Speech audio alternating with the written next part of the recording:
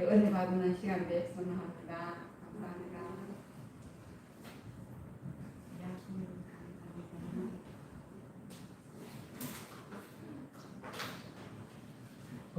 우리 이번 기회에 이제 안식을 갖고 나누는 주제는 내가 좋아하는 성경적이잖아요. 여기 성도님들 모두 마음에 좋아하는 성경적을 하나씩 다 가지고 계시죠? 그리고 힘들 때마다 그 성경적을 이렇게 되새기고 또 찾기도 하잖아요, 그죠? 저도 이제 기쁠 때는 성경책도 보고 성경책도 펼치지 않는데 참 이렇게 짧지 않은 세월 속에서 위기 때마다 하나님이 놀랍게 그 견딜 수 있는 말씀을 참 저에게 주시는 것 같습니다. 그리고 지금도 그 힘으로 이제 살아가는 것 같습니다. 길지 않지만 이 주제를 또 생각하면서 제가 이제 좀 한번 되새겨 봤는데요. 저는 나름은 진짜 이게 박사학위 시절이랑 공무원 할 때가 진짜 힘들었습니다. 그러니까 박사학위 시절에 진짜 힘들었는데 그때 제가 버틸 수 있는 말은 빌립보 4장 13절 저희 집 가온이기도 했었습니다. 내게 능력 주시는 자 안에서 내가 모든 것을 할 수 있느니라. 이 말은 그 당시에 저희 아이들이 초등학교 이제 후반이었고 중학 후반이었는데 이때 저희 집 가온이었습니다. 4명, 4식구가 모였다면 뭔가 조금 힘들다, 낙심한다는 이 말을 그냥 계속 외쳤던 시절이 기억이 나요. 그리고 이제 제가 그 다음 정말 큰 위기 아닌 위기죠. 여기서 위기라 하는 건 이제 삶의 가족 구성원이 이제 바뀌잖아요.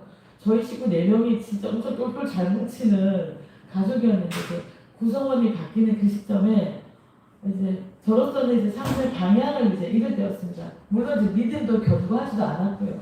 그때는 제가 정말 이제 지금도 제게 큰 힘이 되는 그런 말씀인데 창세기 29장 15절에 있는 내가 너와 함께 있어 내가 어디로 가든지 너를 지키며 너를 이끌어 이 땅으로 돌아오게 할지라 내가 내게 허락한 것을 다 이루기까지 너를 떠나지 아니할 것에 있어서 제가 처음으로 신앙이 유아 수준에서 초등학교 저학년까지 자란 것 같아요. 이 말씀에 저는 하나님이 저한테 뭔가 시킬 일이 있나 보다. 그 시킬 일을 이제 나를 위해서가 아니라 좀 찾아야 되겠다라고 이제 근데 저희가 찾으면 찾아지나요? 그냥 예민하게 반응을 해야 되겠다 생각이 들었습니다. 근데 제가 오늘 성도님들한테 나누고 싶은 얘기는 이 두 구절이 아니고요. 진짜 제가 삶에서의 시각이 삶의 태도가 엄청 바뀌었던 구절이 있습니다. 그걸 같이 나누고 싶습니다. 제가 얼마나 추악하고 얼마나 세상적인지가 열심히 드러나서 좀 창피하긴 한데요. 저는 보지 마시고 제가 느낀 그 감동만 같이 전했으면 좋겠습니다. 저는 정말 성장 위주의 길들여진 훈련된 아이입니다. 그러니까는 항상 공부도 잘해야 되고 항상 제가 가 있는 조직도 잘해야 되고 오죽했으면 제 좌우명이 2배로 열심히 2배로 빨리였어요. 하나님은 알겠지. 교회는 다니지 좀 됐는데 교회는 관찰하러 간 거예요. 되게 그래서 그 당시가 이렇지만 30대 후반까지는 그랬습니다. 2배로 열심히 2배로 빨리. 그래서 그때까지는 어디 조직 가나 항상 제가 어렸었어요. 어렸는데 얼마나 칭찬 듣기가 좋겠어요. 근데 여기에 되게 뒤통수를 쳤던 어떤 이야기가 제가 이제 성경에서 우연히 찾게 됐는데 더 부끄러운 건 이걸 성경에서 찾았다면 제가 빨리 조금 더 시장이 성장했을 텐데 제가 다른 철학책에서 이걸 찾은 거예요. 저는 러스킨이라는 철학자를 굉장히 좋아했습니다. 이게 예술 비평가이기도 하고 사회 철학자이긴 한데 영국에 있는 예술 비평가인데요. 이 러스킨이라는 책을 제가 얼마나 좋아했냐면 제 지도 교수님이 러스킨을 굉장히 좋아했었어요. 그럼 저는 어떤 식으로 공부를 했냐면 이 지도 교수를 창피한데 반드시 뛰어넘어야 된다. 그래서 내가 얘한테 지도를 받지. 얘랑 똑같아서 내가 지도를 받겠어? 하는 생각에 일단 기본적으로 교수님이 읽는 책을 다 읽어야 돼요. 다 읽고 그 유사책을 2-3배 더 읽습니다. 그래서 항상 얼마나 교만하냐면 그 지식을 교수님과 배틀을 붙어요. 그래서 반드시 교수님을 굴복시켜야지 마음이 편하게 공부를 했습니다. 이 러스킨의 시작도 그렇게 시작된 겁니다. 진짜 저는 여기서 하나님이 너무 저를 잘 알고 그 속에 진짜 하나님의 말씀을 심어준 것 같아요. 러스킨의 책 보면 나중에 온 이 사람이도라는 책이 있습니다. 아마 이제 눈치채신 분들은 알 거예요. 마태복음 20장에 포도밭의 비유로 이 책이 나온 책이에요. 이 성경을 먼저 읽었으면 좋았을 걸. 저는 러스킨의 나중에 온 이 사람들을 읽고 아 뭐야 이렇게 내가 존경하는 철학자도 성경에서 비유했어? 아 그래서 성경이 뭐길래 의문의 시작이 됐어요. 다 아시겠지만 제가 이거 이제 이해를 위해서 한번 그 성경 마태복음 20장을 빨리 한번 요약을 해볼게요. 아시겠지만 큰 포도밭을 가진 부자가 있습니다. 여기서 이 사람이 굉장히 부자라는 건 되게 중요한 되게 시사점인 거예요. 아침 일찍 일어나서 일거리를 찾는 사람을 만나 자기 포도밭에 가서 야 우리 포도밭에 와서 일 좀 해줘 라고 이 부자, 이 농부죠. 는 얘기했죠. 농장 주인이. 그래서 너가 우리 농장에서 일하면 내가 품삯을 넉넉히 한 데나리온을 줄게 라고 했죠. 네. 그래서 오전 9시에 장터로 나갔다가 일거리를 찾지 못하고 몇 사람은 우리 농장에 이제 일을 하게 했습니다. 첫 번째. 그 다음에 이제 이 포도밭 주인이 다른 일꾼을 시켜서 이제 나갔는데 12시에도 일을 이제 12시에도 그랬고 3시에도 야 너 우리 포도밭에 와서 일 좀 해 하신 거예요. 근데 나중에 오후 5시가 돼도 일감을 찾지 못하고 장터에서 서성대는 사람이 이제 있었습니다. 어떨까요? 요즘 같으면 저는 사실 이전에는 야 얘는 무슨 복이야 놀지도 않고 시기도 하고 이랬는데 진짜 너무 바보 같죠? 이 5시까지 일을 못하고 있는 사람은 집에 빈손으로 돌아가고 가족들에게 뭐라고 얘기를 했습니다. 이 농장 주인이 그걸 알고 야 너 우리 포도밭에서 일 좀 해 한 거예요. 그리고 1시간 뒤에 이 농장 주인이 다시 이제 가서 품삯을 나눠줍니다. 일을 다 했으니까 이제 근데 이 품삯 나눠주는 게요 제일 먼저 온 사람한테 주는 게 아니라 나중에 온 사람 순서대로 주는 거예요. 5시 온 사람한테도 1데나리온, 3시 온 사람한테도 1데나리온. 그러면 어떻게 했어요? 제일 처음 온 사람이 아싸 제가 나한테 약속은 한 데나리온 준다고 했지만 1시간 일하는 애한테 한 데나리온 주는 거 보니 나는 어떨까요? 뭐 당연히 옆에 더 주겠죠. 근데 어떨까요? 주인은 농장 주인은 약속한 제일 처음 온 사람한테 한 데나리온만 준 겁니다. 여러분 어때요? 전 예전에 러스킨 책을 읽을 때는 뭐야 이거 너무 억울하다. 제일 처음에 온 이 사람이 뭐라고 할까요? 진짜 창피한데 억울했어요. 저였어요. 제일 처음에 온 사람이 저였어요. 그래서 와 이거 도대체 성경은 나에게 뭘 얘기를 할까? 난 충격을 받았죠. 그리고 이제 저 얼마 지나서 몇 번을 이제 읽었습니다. 뭐 성경 해석하는 것도 읽고 뭐 이 부분에 대해서 감명 깊은 거 러스킨 책은 뭐 거의 외우다시피 읽었어요. 예. 주인은 친구여 내가 내게 잘못한 것이 없노라. 내가 너와 한 데나리온의 약속을 하지 아니하였느냐. 내 것이 나고 나중에 온 이 사람에게도 너와 같이 주는 것이 내 뜻이니라. 내 것을 가지고 내 뜻대로 할 것이 아니냐. 내가 선함으로 내가 악하게 보느냐. 이와 같이 나중엔 자로서 먼저 되고 먼저 된 자로서 나중 된다. 여기는 이 마지막 말이 저에게 시사하는 바는 굉장히 컸습니다. 첫 번째는 그러니까 이 말이 제가 신앙에 많은 의문이 풀렸는데요. 저희 재림교회 처음 다니면 이 얘기 되게 많이 하세요. 누구 집 자녀는 누구 장로님의 아들 딸이고 누구 목사님이 사위고 누구 목사님이 며느리고 막 이래요. 처음에 저는 교회를 관찰하러 왔을 때는 의문이었어요. 아니 뭐야 이거 식욕사회야? 부터 저는 굉장히 이 식욕사회 콜라 한 6개월 갔어요. 알고 보니 저 목사님 의료교육을 다 가져온 거예요. 아주 혼란스럽습니다. 또 그렇게 되면 믿음이 견고할까? 와, 나 같은 애는 상상을 못하겠구나. 여기 진입 금지해야 되겠다라고 생각을 했어요. 정말 그런가요? 그죠?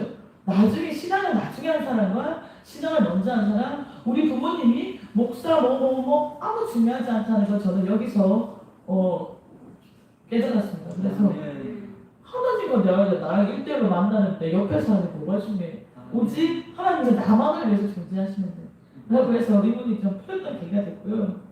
또 하나가 있습니다. 사실 제가 뭐 시각까지 명확히 얘기한 거는 러스킨의 책을 이제 본 겁니다. 이 배경이 러스킨이 이 책을 쓴 거는 영국의 산업혁명 때 굉장히 빈부격차가 있었고 그때 이제 뭐 일을 못하는 사람에 대한 얘기죠.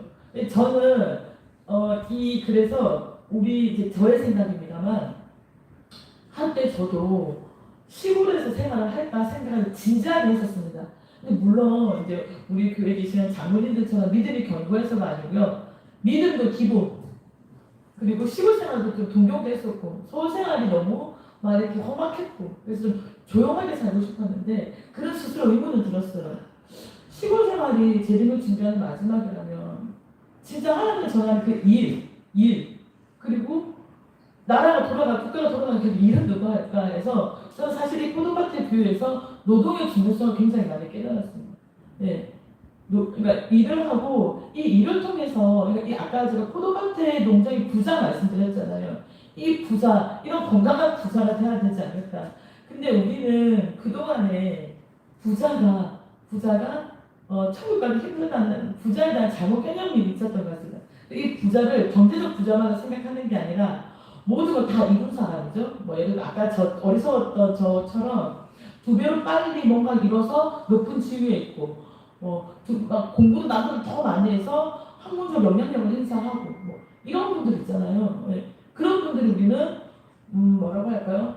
동경하고 뭔가 삶의 정점이지 않았던 거죠. 전 주변에 다 그랬었어요. 다 주변에 다 그런 분들 속에 당연히 있었기 때문에 그렇지 않으면 저는 뭐 있을 수가 없어요. 대화가 진행이 안 되는 거였고 뭐 사고가 안 되는 거고 일주일에 한 번씩 교회 와서 어떻게 말씀을 들어가겠습니다. 근데 이 포도밭의 부자는 아시겠지만 이제 예수님이 비유죠. 예수님이 좀 근데 건강한 부자 그리고 건강한 영향력 그런 게 필요하지 않을까. 흔히 그걸 위해서는 뭐 선한 영향력이라는 말을 쓰는데 저는 이런 건강한 걸 사랑이죠. 사랑이 바탕이 된 이런 노동과 부와 이렇게 필요하지 않을까. 여기서 말하는 부는 경제적인 것만을 말하는 건 아닙니다. 그래서 인류에 대한 사랑, 사람에 대한 사랑이 바탕이 돼야 되지 않을까. 이거는 제가 어떤 일이라든지 어떤 사람의 어떤 행위를 판단하는데 굉장히 중요한 잣대가 된 것 같습니다. 좀 어리석고 부족한 저의 성경에 대한 구절이었는데 도움이 되셨는지는 모르겠습니다. 제 얘기는 여기까지 끝내도록하겠습니다. 아멘. 감사합니다. 정말 듣는 이가 작아서 큰일 났습니다. 듣는 이가 많아야 되는데 이 듣는 이들이 없이 정말 메아리만 치는 것 같고 정말 너무나 안타까운 뿐입니다. 우리는 우리가 교회를 위하여 헌신 봉사하고 우리가 노력해야 되겠죠. 또 안 오신 분들을 위하여 기도하고 우리가 많이 부족하지만 또 우리가 열심을 다하여 전도하고 또 남을 나보다는 낮게 여기는 우리 믿음의 시간이 되었으면 합니다. 우리 장로님 축복하시고 공감을 이어가겠습니다.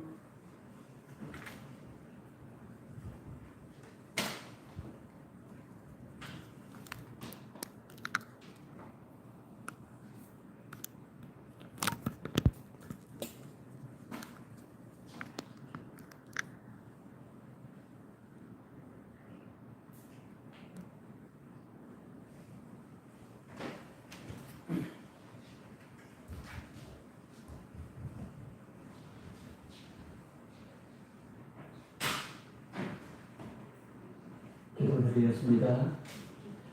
하늘에 계시는 거룩하신 우리 아버지 하나님, 사람의 마음을 아시는 우리 하나님께서 우리 장로교회를 붙잡아 주시어서 어렵고 힘든 가운데서 여기까지 오게 하신 주님 감사합니다.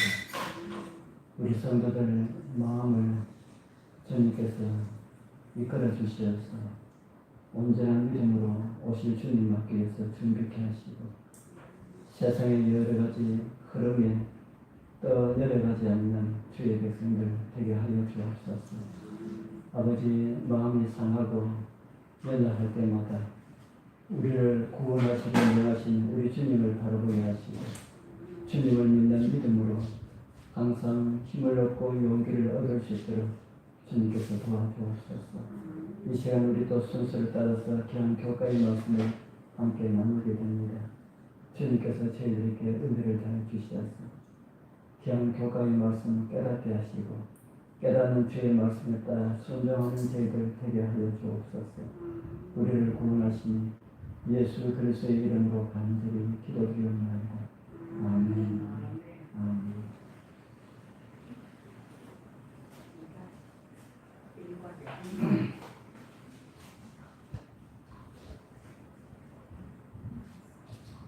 오늘 2과입니다. 2과. 다가오는 시련.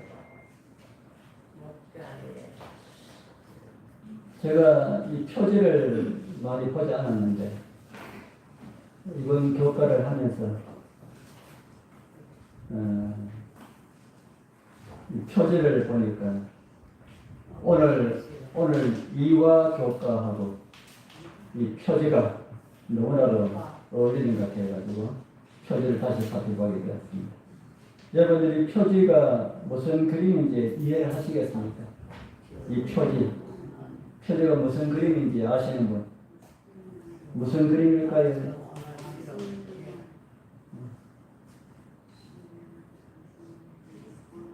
무슨 그림일까요? 제가 좀 따라가지고 그림에 대해서 말씀드리겠습니다. 우리 2과 제목은 닥쳐오는 시련입니다. 시련. 기억대로 우리 다 같이 한번 읽어보겠습니다. 사랑하는 자들아, 시작.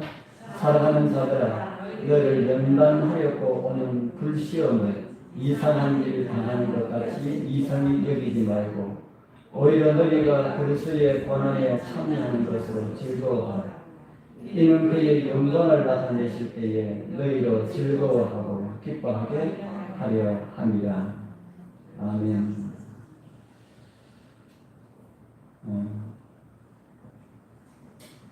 우리 여러분들 혹시 도가니라고 하는 말 들어보셨습니까? 도가니라고 하는 말 들어보셨어요? 아무도 안 들어보셨습니까?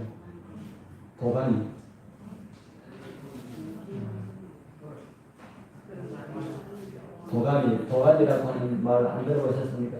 얼마 전에 우리나라에서 도가니라고 하는 영화가 나왔죠. 저 영화 보지도 못했습니다. 보지도 못했는데 도가니라고 하는 제목은 제가 들었습니다. 그 도가니가 무엇인지, 도가니가 쇠를 놓고는 그 항아리를 가지고 도가니를 합니다. 여기 우리 표지에 그 밑에 그릇 모양의 뭐 보입니까?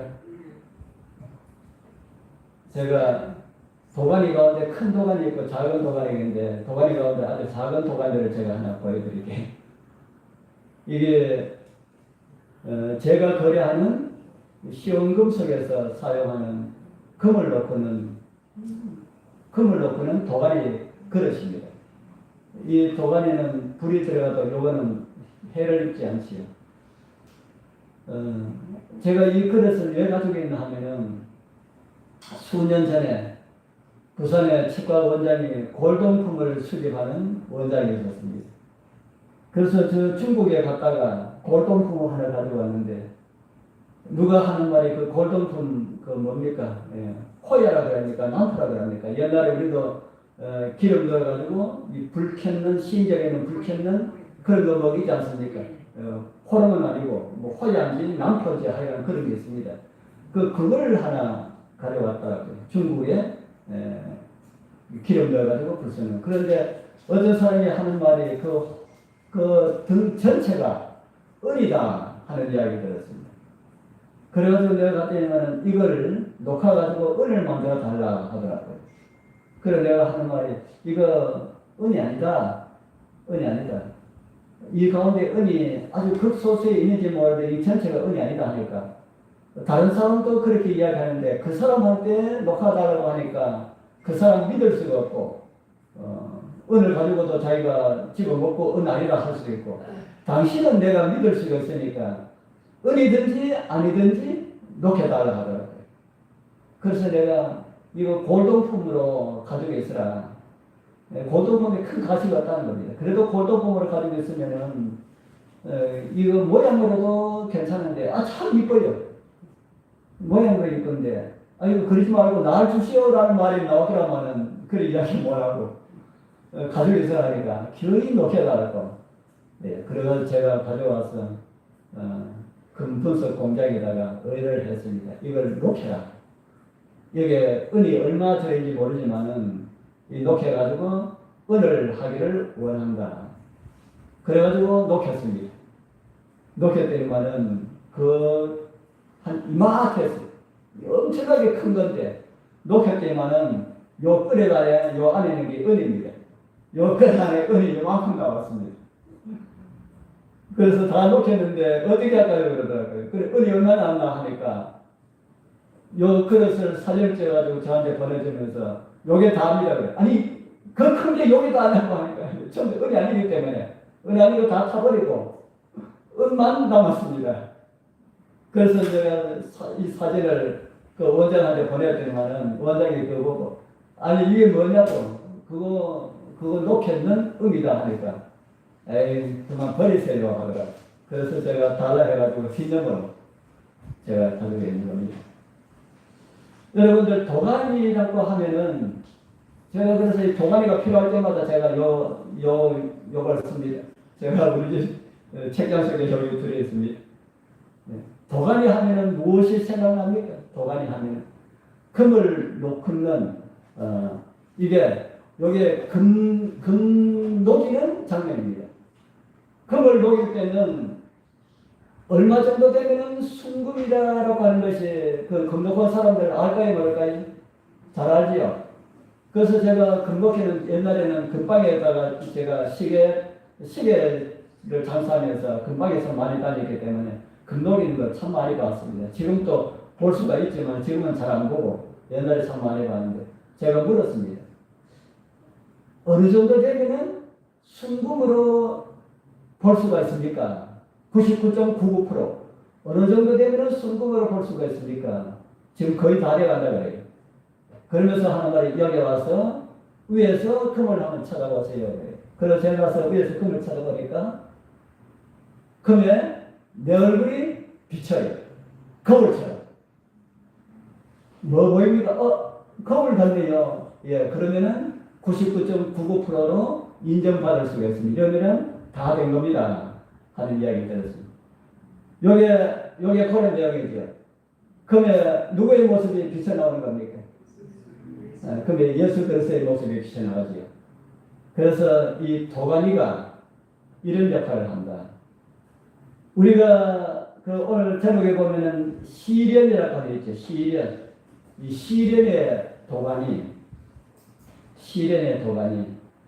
우리가 그런 내용들을 우리가 한번 살펴보도록 하겠습니다. 우리 첫째 날. 예상치 못한 일이 있다. 사랑하는 자들아 너희를 연단하려고는 불시험을 이상한 일 당한 것 같이 이상히 여기지 말고 연단하려고는 불시험, 도가니라는 말입니다. 도가니. 제가 질문하는 말입니다. 예상치 못한 어려운 일을 당했을 때에 그때의 마음이 어떠할 것이라고 생각하는가? 일어나는 거 말고 예상치 못할 어려운 일을 당하게 될 때에 그때의 마음은 어떠할까? 우리 예상치 못하는 많은 도가니를 경험하신 분들 많이 있을 겁니다. 이런 일을 당했을 때에 그때의 마음이 어떠할까? 도가니 경험을 한 번도 안 해보신 분들 한번 이야기해 보십시오. 예상치 못하는 그런 큰 어려움을 직면했을 때에 그 마음이 어떠할까? 마음이 어떠하겠습니까? 그때 마음이 어떠할까요? 생각하기도 싫지요. 생각하기도 아마 싫을 겁니다. 자, 베드로는 우리에게 오는 불시험을 이상한 일 당하는 것처럼 여기지 말아야 합니다. 불시험을 이상한 일 당하는 것처럼 여기지 말아야 합니다. 왜 그런 말을 하신다고 생각하는가? 불시험을 이상한 일 당하는 것처럼 그렇게 여기지 말라. 왜 그런 말씀을 하셨을까요? 우리에게 오는 불시험이 올 때에 왜 내한테 이런 일이 일어납니까? 이렇게 하지 말라 하는 겁니다. 그 이유가 무엇일까? 그 이유가 무엇이라고 생각합니까? 우리 김성일 교사는 그 이유가 무엇일까? 이유가 무엇일까요? 예. 우리 이은영 교사님한테도 한번 해보셔야 돼요. 그 이유가 무엇일까? 불시험이 올 때에 이상한 일 당하는 것처럼 그렇게 생각하지 말라. 그 이유가 무엇일까 하는 겁니다. 또 넘어갑니다. 한번 생각해 보십시오. 그 이유가 무엇일까? 아멘. 예. 무엇을 단련시킨다고요? 믿음. 그 도관이 순금을 뽑기 위하여서 불의 집을 넣는다는 겁니다. 그 열감의 교훈에 보면은 고난의 풀무에서 당신의 종들을 시험함이라고 하는 이런 제목으로 아주 참 유익된 말씀이 있습니다. 제가 읽어볼 테니까 눈으로 자세하게 따라 한번 읽어보십시오. 하나님께서는 항상 고난의 풀무를 통하여 당신의 백성들을 시험하셨다. 그리스도인 품성의 순금에서 찌꺼기가 제거되는 것이 풀무의 열을 통해서이다. 예수께서는 그 시험을 주목하신다. 그분께서는 그것이 당신의 사랑의 광채를 발산할 수 있도록, 반사할 수 있도록 그리스도인 품성의 기공석을 정면하기 위하여서 필요되는 것이 무엇인지 아십니다. 하나님께서는 세밀하고 엄격한 시험으로서 당신의 종들을 훈련하신다. 시험이 올 때에 불같은 시련 우리를 도관에 넣을 때에 그것이 이상한 일이 아니라고 하시는 이유가 뭐라고 합니까? 풀무불에 들어가는 사람이 복이 있다는 겁니까? 들어가지 못하는 사람이 복이 있다는 겁니까? 네. 풀무가 우리는 싫지만은 풀무에 들어가는 사람이 복이 있다.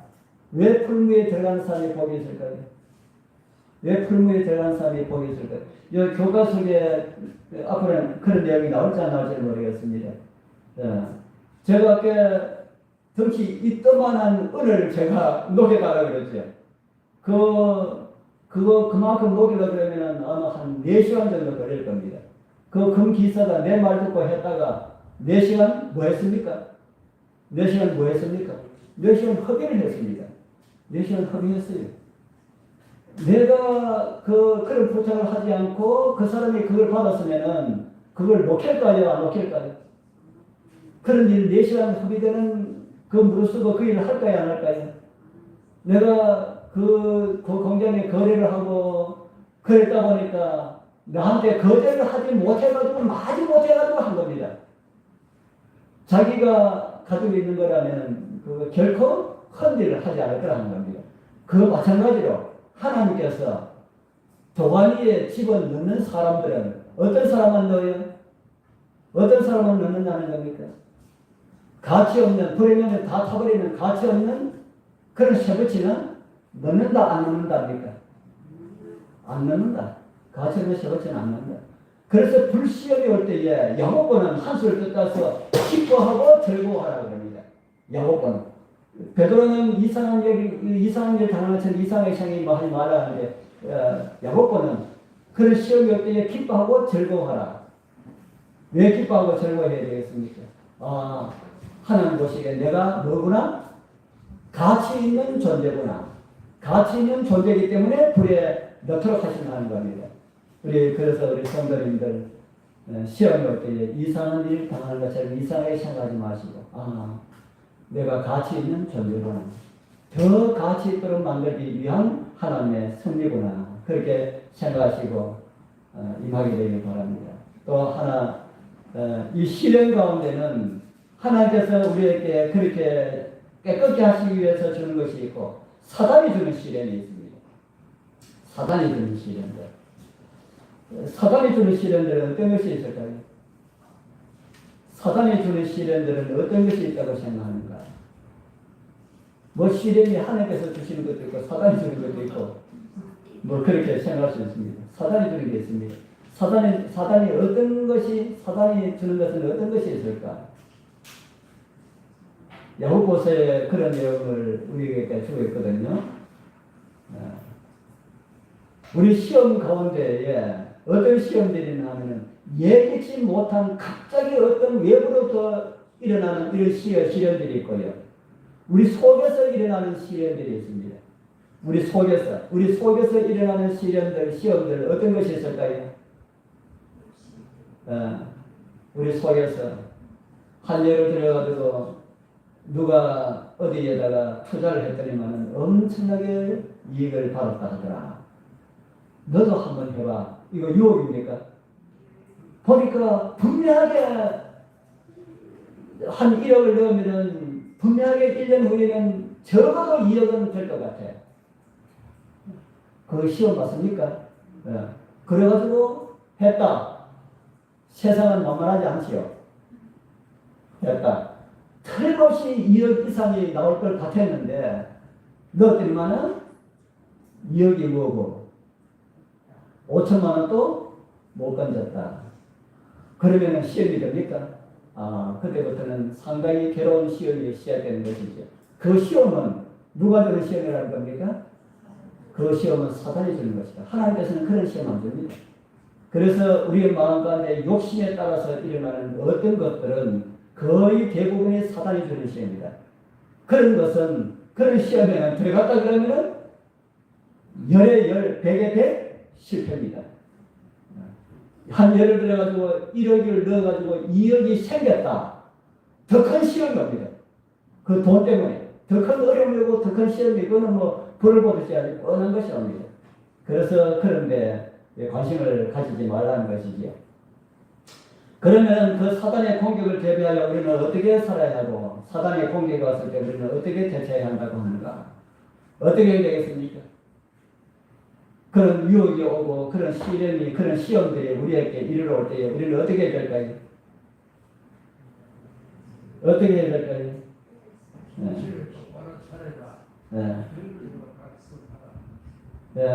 우리 교과에 교훈에 이런 내용이 있습니다. 사단은 끊임없이 그리스도인들을 공격하고 시련을 가져다 주지만 우리가 믿음으로 그리스도께 어떻게 있으면은 그리스도께 붙어 있으면 우리는 능히 사단을 대적할 수 있고 진짜로 예수님께 붙어 있는 사람은 그런 금전적인 그런 유혹에 넘어가지 않습니다. 금전적인 유혹뿐만 아니라 이 세상에 어떤 유혹이라 할지라도 그런데 넘어가지 않는다는 것이죠. 우리가 어떨 때에 그런 유혹에 넘어간다고요? 그리스도께서 떨어져 있을 때 사단이 우리를 노리는 절로의 찬스가 우리가 그리스도께 떨어져 있을 때 그때 사단이 우리를 노립니다. 우는 사자처럼 두루다니면서 어떤 자를 삼킨다고요? 두루다니면서 삼킬 자를 찾는다. 예수께 붙어있는 사람이 아니고 예수께 떨어져 있는 사람. 그리고 우리는 항상 어떻게 해야 됩니까? 예수님께 바짝 붙어 있어야 되겠지요. 자, 우리 셋째 날 보겠습니다. 죄로 인한 시련이 있습니다. 하나님께서 주시는 시련이 있고 사단이 주는 시련이 있고 또 뭐가 주는 시련이 있다고요? 죄가 가져다는 시련이 있습니다. 죄가 가져다는 시련은 어떤 것들이 있을까? 죄로 인한 시련은 어떤 것들이 있을까 하는 겁니다. 죄로 인한 시련은 어떤 것들이 있을까요? 한번 생각해 보십시오. 죄 짓고 당하는 시련입니다. 죄 짓고 당하는 시련. 도둑질하다 잡혀서 감옥 가면은 시련입니까? 그것도 시련이죠. 그런데 그 무슨 시련입니까? 죄 짓고 당하는 시련이다. 음란한 행위를 하다가 질병에 걸렸다. 시련입니까? 그 죄로 인한 시련입니다. 일반적인 질병들도 다 죄로 인한 시련이라고 할 수 있을까요? 일반적인 질병들도 다 죄로 인한 시련이라고 할 수 있을까? 예, 죄로 인해서 오는 것도 있고, 우리가 사는 이 세상은 사단이, 전의 말씀을 보면 사단이 공기 속에 독소를 뿌리고 있다. 그래서 누구든지 다 죄에 노출되게 되어 있다. 그래서 그렇게 질병 오는 질병들도 있습니다. 그래서 모든 질병들 다 그런 것이라고 볼 수가 없죠. 자, 또 이런 질문을 하려습니다. 심각하지 않지만 우리의 삶에 시련과 고통을 가져다 줄 수 있는 잘못된 습관들 어떤 것이 있을까? 우리가 하나님 말씀에 조금 불순종해도 당장 우리의 삶 속에 어떤 타격이 오지 않지만은 그러나 어려운 시련이 될 수가 있을 것 같은 그런 일들이 있습니다. 우리 잘못된 습관들, 고쳐야 되는 습관들을 그대로 가지고 있으면은 그런 것이 우리 질병이 될 수도 있고 어떤 잘못된 것이 될 수 있다는 것이죠. 그런 것 가운데 어떤 것이 있습니까? 어떤 것이 있다는 생각이 듭니다. 잘못된 습관들 가운데 다른 말하면 우리가 좀 고쳤으면 좋겠다라고 하는 이런 습관들 어떤 것이 있습니까? 여러분 이야기하기가 부끄러워요. 건강 법칙을 어기는 거. 건강 법칙을 어기는 거. 예, 건강 법칙을 어기는 거. 우리 선도하느님은 건강 법칙을 너무 잘 지키셔가지고 아주 정말 참 모범입니다. 우리 선도하느님 하시는 거 따라 하시면은 건강에 유익을 많이 얻을 겁니다. 또 어떤 것이 있습니까? 알면서도 그분을 예. 위하지 않는 알면서도 잘 못하는 것. 예. 예. 겨는 것도 잘못된 습관이 될 수가 있습니까? 겨는 것도. 겨는 것도 습관이. 어떨 때는 하기 싫어. 운동 가야 되는데 운동하기 싫어. 이렇게 좀 누워있자. 그것도 잘못이라는 것이죠. 신앙과 잘못된 그런 습관들도 있습니까? 신앙적으로 잘못된 습관들. 신앙적으로 우리가 매일 아침마다 기도드리고 말씀 보고 하는 거 한 몇 달만 쭉 하면은 그게 습관이 됩니다. 그거 안 하면은 이상하게 느껴집니다. 안 하면 하루 종일 마음이 안 나고 그래요. 그런 습관들을 들여놓으면은 유익이 있다. 그 잘못된 습관들을 우리 생각해 보면은 다 알 겁니다. 그래서 좀 고치고 유익된 그런 신앙생활을 했으면 좋겠습니다. 우리 수요일서 좀 보겠습니다. 정결케하는 시련. 아까 우리 첫 번째 말씀드린 그런 내용하고 조금 비슷한 그런 내용이죠.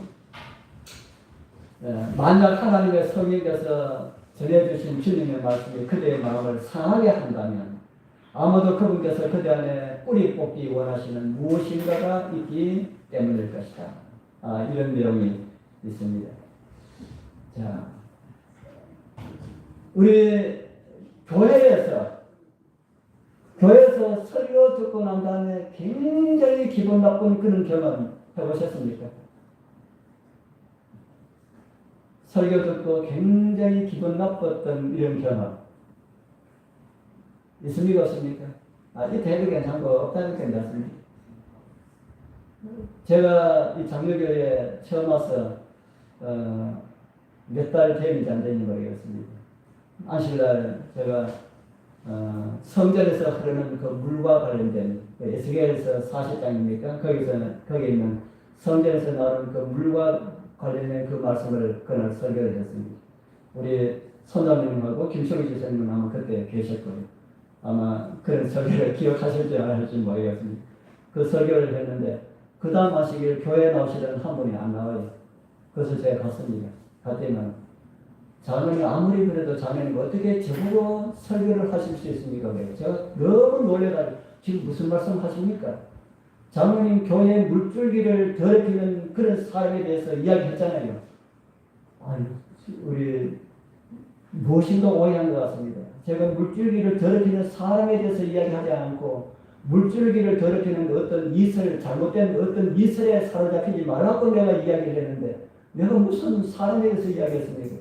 자기는 들을 때 그래 들었다는 겁니다. 그래서 다른 사람은 다 교인이고 자기가 교인이 아니기 때문에 자기는 이 교회에 물줄기를 더럽히는 그런 사람으로서 온 모양이다. 그래서 자매님이 오지 말라고 하는 모양이다. 해가지고 안 왔다는 겁니다.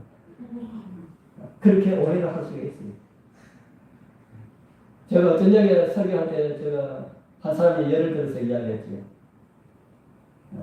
저하고 교제하는 사람이 물을 먹지 않아서 제가 그 사람한테 대놓고 재림신앙에 재림성도로서의 기본도 갖추고 있지 않다고 내가 했다 하니까 그 말을 오해를 했습니다. 그래가지고 저녁에 전화를 해가지고 어떻게 사람 보고 그렇게 이야기할 수가 있느냐. 내가 여기서 기본 되지 않았다고 이야기한 것이 아니라 그날 듣는데 내가 그 이야기 했다니까 자기는 못 들었다는 겁니다. 그렇게 오해를 할 수가 있습니다. 오해.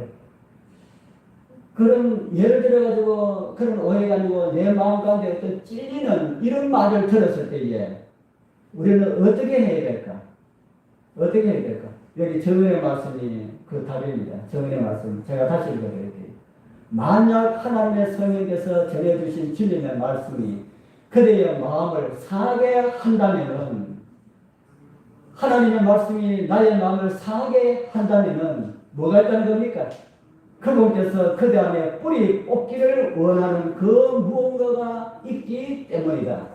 우리 여러분들 하나님 말씀을 들을 때 양심의 가치를 느낀다면, 하나님께서 내 안에 무언가를 해결하기 위한 무언가가 있구나, 그렇게 생각하시고 기분 나빠하지 마시길 바랍니다. 저도 말씀을 전하면서 참 많은 오해를 받습니다. 저 대구에 그 서복에 있을 때는 말씀을 전할 때마다 그 수석 여지사님이 이렇게 완전히 털어져가지고 그래 있는 걸 가지고 제가 수석 장로를 하면서 수석 여지사고 이게 사이가 안 좋으면 안 되잖아요. 내가 전화를 했더니만은 이거 얼마나 가는지 제가 그걸 설득시키게 가지고 아마 한 2시간 정도 전화기를 붙잡고 설득을 했습니다. 지사님 도저히 안 돼 있으면 제가 지금 가서 무릎을 꿇고라도 제가 사과를 드릴게요.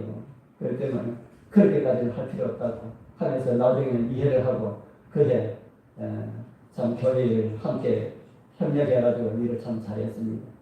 여러분들 하나님 말씀 들을 때 정말 하나님 말씀을 전하는 사람은 어떤 개인을 두고 절대로 하지 않습니다. 절대로 하지 않아요. 그런데 개인은 그런 마음에 틀리면 받을 수 있다는 겁니다. 그 누가 주시는 거랍니까? 누가 주시는 거랍니까? 성령께서 내 안에 무언가를 해결하기 위한 어떤 작업을 하기 위하여서 성령께서 하시는 것이다. 우리 그런 생각으로 그렇게 말씀을 받고 믿음의 생활을 했으면 좋겠습니다. 아까 가치 있는 금속말을 연단하신다 하면 아까 제가 말만 제가 드렸는데 그런 얘기가 있네요. 만일 주께서 당신의 이름을 명확하게 할 수 있는 것을 우리 안에서 도무지 발견하지 못하신다면 우리를 연단하기 위하여서 시간을 소비하지 않을 것이다. 무슨 말씀인지 이해가 되지요? 우리는 가시덤불을 자를 때에 무슨 특별한 수고를 들이지 않는다. 그리스도께서는 당신의 풀무 속에 무가치한 돌을 던지지 않으십니다. 주께서 시험하는 것은 어떤 것을 시험하신답니까? 주께서 시험하는 것은 가치 있는 금속이다. 금이기 때문에 시험한다는 겁니다. 금이기 때문에 불에 넣는다는 겁니다. 자, 우리 성숙을 위한 시련도 있습니다. 정원사가 잘라내는 것하고 가지치기 하는 것하고 어떤 차이가 있다고 생각합니다. 여러분들 가지치기 해보셨습니까? 가지치기. 잘라내는 거하고 가지를 다듬는 거하고 여러분들은 무슨 차이가 있습니까? 잘라내는 거는 뭐 때문에 잘라냅니까? 필요 없기 때문에 잘라냅니다. 가지치기 하는 것은 뭐 때문에 가지치기 합니까? 열매를 더 풍성하게 얻기 위하여서 가지치기 합니다.